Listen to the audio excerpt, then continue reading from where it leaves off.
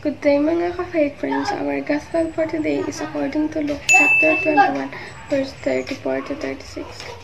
Sinasabi sa gospel na kailangan maging thankful tayo sa kung ano ang meron tayo at kung ano ang deserve natin.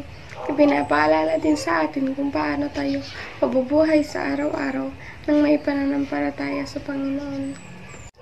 We should practice ourselves every day to pray and talk to God and ask His help to control and say no to temptation that could serve our bond with Him in the life He has planned for us. Acknowledge the problem that we might face instead of walking away. Face the obstacles and feel the strength and grace of the God. The Gospel passage is a short reading yet so powerful. It contains a message that we need to understand and do wholeheartedly.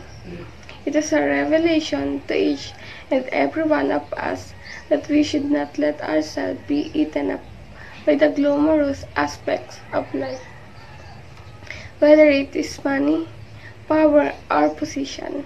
Instead, we must ask and pray for courage and strength to seclude ourselves from temptations and evil acts.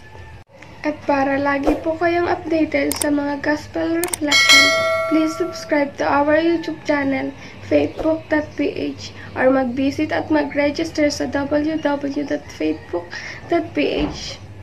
Hanggang sa muli mga ka-faith friends.